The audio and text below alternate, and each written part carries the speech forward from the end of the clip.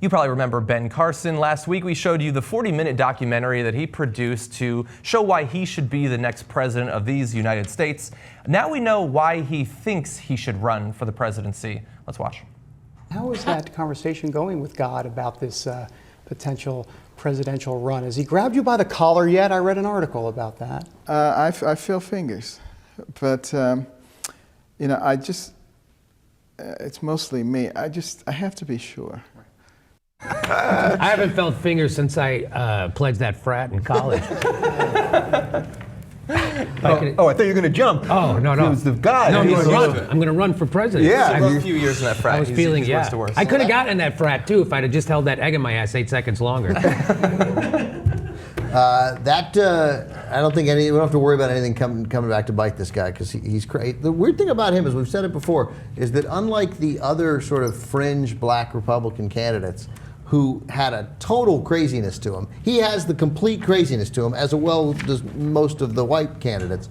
But he is actually great at something important. Right. Yeah. Like, that's what's amazing about him, is he is apparently a terrific brain surgeon, and it's freaking hard, and he's got something going on. He should just go back. No one with that clip existing ever wins the presidency. Louis Gohmert, great at Rubik's Cubes. No way Louis Gohmert can do Rubik's Cube. Do it blindfolded. Yeah. How could somebody that's running for president at this point, or that's going to run for president, not be embarrassed by the idea, by that question was embarrassing. Yeah. Have you talked to God yet? Yeah. And then, he's tickled my whatever, like, it's all so embarrassing. That has nothing to do. That's what I think people on the left needs to focus on more than anything else over the next 2 years, is how to remove this ridiculous discussion. God and all of this has nothing to do with any of the other political things that we talk about. But he's a black Republican. His whole life is self-humiliation. Of course he doesn't care. I mean, that's what he's all about. He's not embarrassed. Are you kidding? He's not embarrassed to hang out with people who are suppressing the votes of people who look like him. Yeah. He's totally cool with that. So if you're a black Republican, that's a psychological problem that you need a team of Chinese doctors working around the clock on you. That was pro-China, I think, because they're doctors. Yeah. That they're studious. Yeah. Is that wrong for me to say? No, I think we'll leave it up to the comments. I'll say Italian. Can I say Italian doctors? No, we know they're terrible. They're not as good. It's not racist if you're pro those people. Hey, there's a Seinfeld about that. You have the cancer. You have a little red wine, eh? So the most ridiculous thing possibly is that, of course, Ben Carson is not the first person to say that they'll be running for the presidency because God has either spoken to them or possibly violated them in some way. Many do. I mean, Michelle Bachmann did.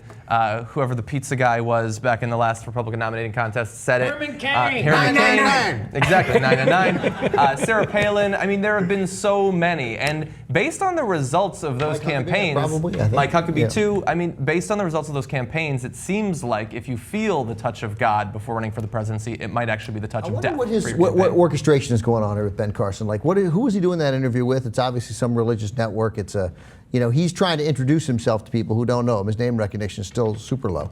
So he's trying to. It was Christian Broadcasting Network's David Brody. Okay, so it's a CBN guy, and they have a following, and he, for the primaries, this is part of what he's introducing himself. So you're going to get those questions, but it just seems so minor league. The question, the way that guy looked, the way it's answered, and that guy thinks he's a journalist too, Just one other thing about the God and religious thing. The last thing that I would ever want, if there was a war or a terror attack or something, would be a guy in an office waiting for a message from God.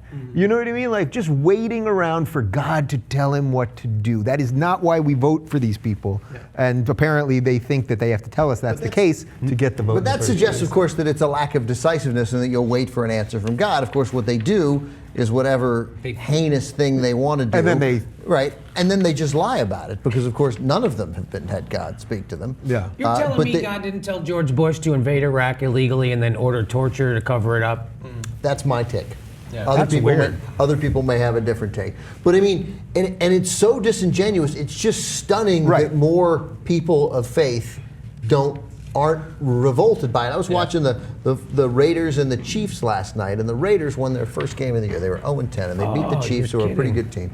And their quarterback is a rookie, a guy named Derek Carr, whose brother played in the league too, named David Carr. So Derek Carr, he's young, and the Raider fans are going crazy. They've lost 16 straight games. And they win, and he goes into the God thing as he out Tebowed Tim Tebow in his, No kidding. They're like, Derek, congratulations, these fans, it must be thrilling. God praise Jesus. Jesus showed me the way of the light. I mean, Jesus just had the fucking Raiders lose 16 straight games, is what he's fucking saying. Yeah. Jesus was so indifferent to your 0-10 start. I think what happened was Jesus hates the fucking Raiders, hates you, and forgot there was a Thursday night game. That's way more likely. That's funny.